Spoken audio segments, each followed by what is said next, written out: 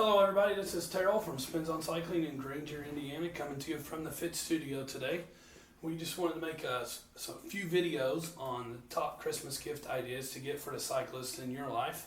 Hoping to make one for serious experienced cyclists, beginner cyclists, maybe even some stocking stuffers.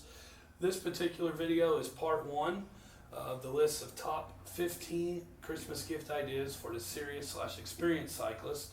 This list is actually good for any cyclist. They're going to appreciate these gifts, rather they've been cycling for a few decades, or if they just got started, rather they're somebody who bikes 5, 6, 7 days a week and bikes all the way down, to 0 degrees Fahrenheit temperature, or even somebody who just barely cycles enough to even call it a hobby, 1 or 2 days a week. It's just barely part of their fitness routine, and they only like to go biking when it's fairly nice weather out.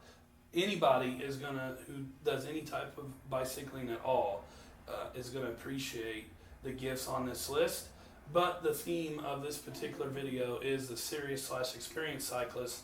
The person in your life that's on the bike quite a bit, and you're having a hard time figuring out what to get them to help them as they continue their cycling journey, because it feels like they already have everything. So with that being said, we'll get started here with our number one recommendation. We would recommend that any cyclist who does not have a Garmin Varia or Varia tail light would get one.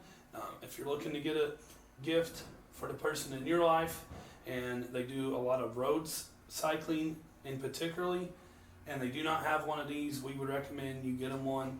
And you can stop the video right here. You don't have to waste any more of your time listening to me. You can just go ahead and get them one of these lights. For anybody that doesn't know what this light is, it's a tail light with a built-in radar, which is going to make it a little bit pricier than your typical tail light, but it's going to also make you significantly safer, and it definitely has the potential to keep you out of an ER visit.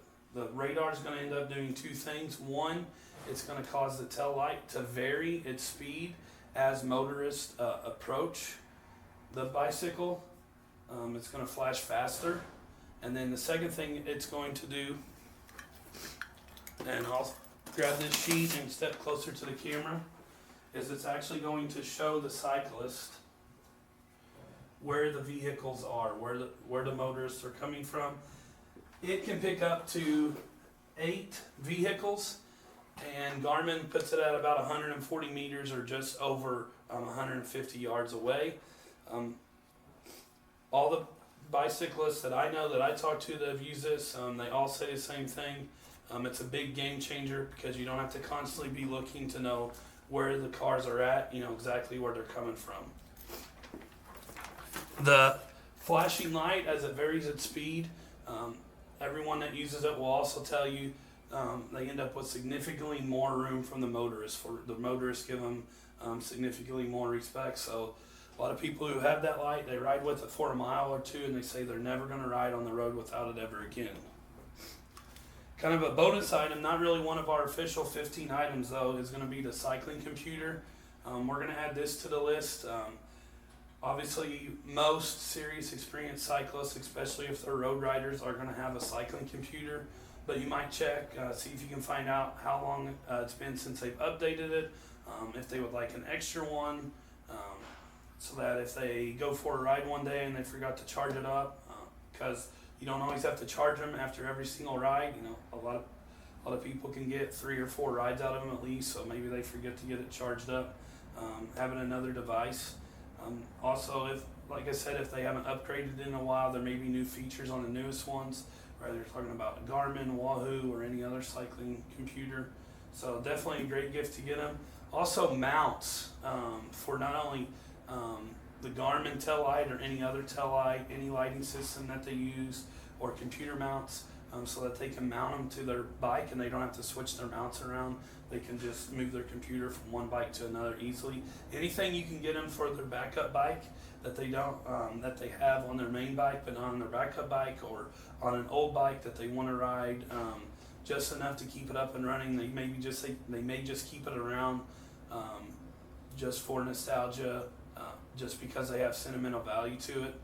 Anything you can get them to make it easier when they need to go to their backup bike because they're getting an overhaul done at the shop, or they just decide they want to ride a different bike that day, they're going to appreciate anything like that you could get them. So we started off with the Garmin Tellite, talking about a safety item. We're going to stick with safety here for our second item. We're going to talk about helmets. So again, the serious experienced cyclist probably already has a helmet, hopefully has a helmet. We don't really have any customers that come in and buy a bike. We always make sure they have a helmet before they leave, whether they already had one or purchase one from us, or that they have plans to get one from somewhere. Hardly nobody rides with a helmet, and if without a helmet, and if you are riding without a helmet, obviously we're going to strongly recommend that you don't. Just here at the shop here, in our little shop in Granger, I meet somebody once a month just from the people I talk to here at the shop that within the last 3-4 weeks has had a helmet that has kept them out of the emergency room. And they'll show me the damage on their helmet and talk about how hard their fall was. Some of them are even going to PT for certain issues that they're having, but they were able to avoid a head injury because of the helmet. Why do we put a helmet on the list for serious/experienced cyclists if we think they already have one? Well, number one is if they have a mid-grade helmet, a lower to mid-grade helmet, they may not be as comfortable as the high-end helmets, and maybe they haven't ever wanted to splurge on themselves, but if somebody else got them a higher-end helmet, they would definitely love it. The higher-end helmets are more comfortable, especially in the hot and humid weather conditions. Even though the venting looks the same, just to look at it, the engineering that goes into the venting on the higher-end helmets gives significantly more airflow and keeps the rider cooler and drier. The second reason is a lot of cyclists do not pay attention to how long they've had their helmet, and it is recommended that you get a new helmet every 3 to 5 years. The UV rays can break them down, so that's definitely a strong recommendation from the helmet manufacturers and anybody that studies bicycling helmet safety. So even though helmet may seem odd because, well, they already have it, that doesn't mean it's a bad gift idea for Christmas. All right, so another item that's on the list that a lot of bicyclists are going to have, but it's still a good gift idea, is a water bottle, or maybe even a few cages. Few reasons. One, cages can wear out over time. You know, you're constantly taking the bottles in and out of them, so if you've had them for several years, maybe they're starting to break, or maybe they've already had one that's break. Secondly, if you're riding a lot, it can be hard to keep your water bottles clean. So if you have extra bottles to swap out, keep cycled out, nobody's going to complain about that because it's going to be easier. They're not going to get ready to go for a ride and realize, oh man, it's been a while since I've cleaned my bottles. And then you got to decide, do you go for your ride right then, or do you take a few minutes? If you can just swap them out real quick and then clean the dirty ones when you get back. They may not also have insulated bottles. The insulated bottles cost a few bucks more. Again, maybe not everybody wants to spend a few bucks more on themselves, and they think, oh, those work fine, I don't really need it. If somebody gets it, they're going to appreciate it, especially again in the hot, humid weather conditions. That water staying cooler is going to make their ride that much more enjoyable. They may also have a frame that has 2 or 3 mounting spots for cages, and they're only using 1 or 2. Or again, backup bikes, maybe when they bought a new bike, they thought, oh, I'll just transfer my cages over, and then their backup bike, every time they take it into the shop, they have to pull their cages off and put it on their backup bike. Or they decide, oh, I'm just going to leave it, and then maybe they figure out another way, to go for shorter rides while their main bike is in the shop, and they put a bottle in their back jersey pocket, a smaller bottle or something. So lots of reasons to go ahead and purchase some water bottles, even if they already have them.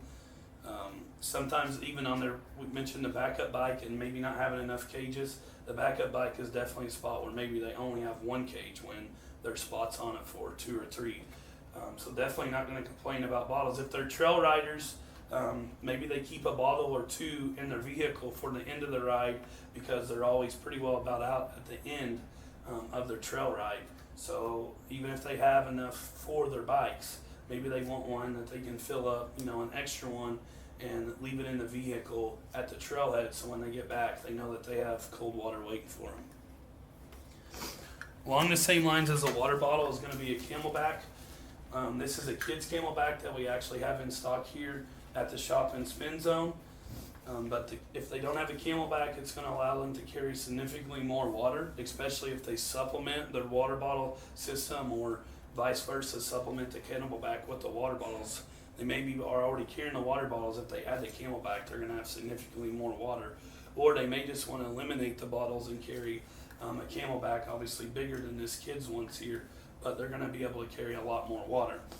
If they already have a Camelback, you can get them replacement straws, because the straws can be harder to clean. And you can also get them cleaning kits as well. If they don't have insulated straws on their Camelback, they can get those and swap them out. The insulated straw is obviously going to keep the water cooler, because the sun's not going to be able to hit on the water while it's sitting in the straw. And if they're riding fat tire bikes in the snow, or any type of snow riding, any type of cold weather riding, if it gets close to freezing temperatures, and they do prefer Camelbacks, obviously if it starts to freeze, it's going to be harder to get out. If they don't have a Camelback at all, what they're going to find if they start using it is that they're going to be sipping on it, which is going to keep them more hydrated, which is going to make the ride a lot more enjoyable. They're probably even going to ride farther and actually feel less tired at the end of the ride, because they were staying better hydrated throughout the ride by sipping rather than chugging whenever they feel thirsty. Or they feel more thirsty, that's when you grab the bottle, where if you just feel slightly thirsty, the straw is right at your mouth. You can get to it. So Camelbacks, any Camelback product, cleaning kits made specifically for them, those are great. Or maybe it's beyond getting just a straw and getting just a cleaning kit. Maybe it's beyond that. Maybe they need a whole new bladder, but the bag is still good. So anything that goes along with Camelback. And then finally, the last item for this part of the video, we're talking about cleaning kits. Cleaning kits made specifically for bikes are great gifts for cyclists if they don't already have one. A lot of cyclists will go years with just using paper towels to keep their bike clean. Some of them, maybe they don't even know what they want to use to keep their bike, so they wash it every once in a while instead of cleaning it after every ride or every other ride, which makes it a lot simpler task if you stay on top of it. These brushes that are made specifically for bikes, it's nice to have them for a few other reasons. One, you know that you have tools that are specifically for your bike and aren't supposed to be used for anything else, so you're going to know where they're at when you want them to clean your bike. Also, the bristles are have varying degrees of stiffness, and even the stiffest ones are stiff enough to help you get the grime, the grease from the road or the trail off of your bike, but not so stiff that they're going to scratch the paint. This cleaning kit like this one even has a tool to help you hold your cassette and your chainring as you're using the brush specifically made for it to clean those sections of the bike. With the cleaning kit, also you can obviously purchase cleaning solutions like the Muck Off or the Pro X cleaner. They may just be using soap and water, which works fairly well, but if you get something like this Muck Off, it's going to take a lot of the grease and grime off of the bike a lot easier without having harsh chemicals that could damage the paint.